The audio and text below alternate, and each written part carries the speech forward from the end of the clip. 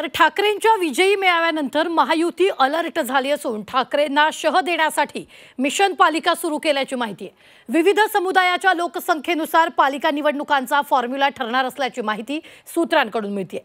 पाहुयात या संदर्भातला आमचा हा स्पेशल रिपोर्ट।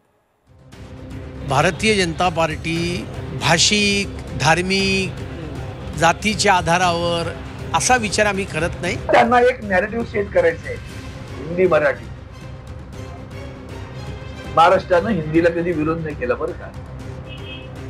महाराष्ट्रात कधीही तू हिंदू बोलतोय, हिंदी बोलतोय म्हणून कोणी कोणाला मारलं नाही। महाराष्ट्रात येत्या 2 ते 3 महिन्यात पालिका निवडणुकीचं बिगुल वाजणार आहे। त्यामुळे सर्वच पक्षाकडून निवडणुकीच्या पार्श्वभूमीवर मोर्चे बांधणी सुरू आहे। मराठीच्या मुद्द्यावरून एकीकडे 20 वर्षांनंतर ठाकरे बंधू एकत्र आले। पालिका निवडणुकीत देखील ठाकरे बंधूंची युती होणार असल्याची चर्चा आहे। त्यामुळे महायुती देखील आता अलर्ट मोडवर आली। ठाकरेंना शह देण्यासाठी महायुतीकडून मिशन महापौरची घोषणा करण्यात आली।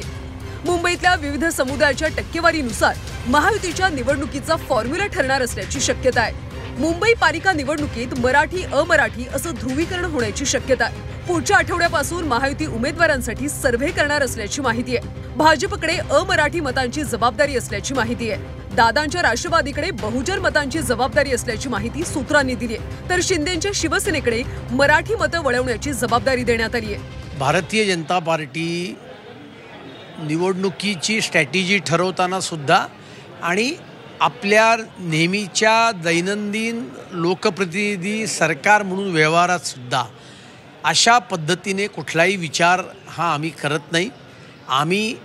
आम्हाला तर हे शिकवलं जातं की एकदा निवडून आल्यानंतर ज्यांनी मतं दिली आहेत त्यांचंच नाही, ज्यांनी मतं दिलेली नाही आहेत त्यांचं पण काम केलं पाहिजे, कारण आपण लोकशाहीत राहतो।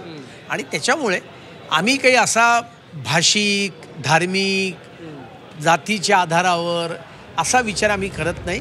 उद्धव ठाकरे आणि राज ठाकरे यांनी मराठी अस्मितेचा मुद्दा पुन्हा एकदा उपस्थित करत राज्य सरकारला काही सवाल केले। त्यामुळे मराठी आणि अमराठी असा मुद्दा पालिका निवडणुकीच्या पार्श्वभूमीवर तापण्याची शक्यता आहे। मात्र याच मुद्द्यावरून ठाकरेंचे खासदार अरविंद सावंतांनी भाजपवर निशाणा साधला। भाजपला राज्यात हिंदी मराठीचं नरेटिव्ह सेट करायचंय असा आरोप देखील सावंत यांनी केलाय। त्यांना एक नॅरेटिव्ह सेट करायचंय, हिंदी मराठी।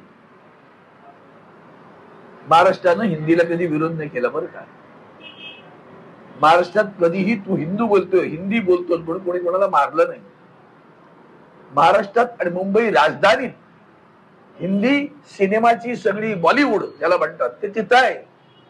ते संपन्न झालं, प्रगत झालं मुंबईत, महाराष्ट्रातल्या कुठल्याही गाव खेड्यातल्या माणसांनी पण कोणाला मारलं नाही। मुंबईत मराठी माणसांची संख्या कमी झाली तर अमराठी माणसांची संख्या गेल्या काही दिवसात वाढली आहे।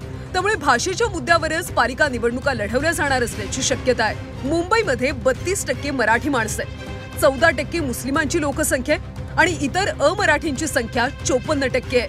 गेल्या अनेक वर्षांपासून मुंबई महानगरपालिकेवर शिवसेनेचा झेंडा होता। दरम्यान शिवसेनेची मुंबई महानगरपालिकेवरची सत्ता भाजपला उलथवून लावायची आहे। त्यामुळे महायुतीकडून मुंबई पालिकेसाठी मिशन महापौर राबवण्यात येते। त्यामुळे महायुतीला या मिशनचा किती फायदा होणार हे पालिका निवडणुकीनंतरच समोर येईल। ब्युरो रिपोर्ट, झी 24 तास, मुंबई।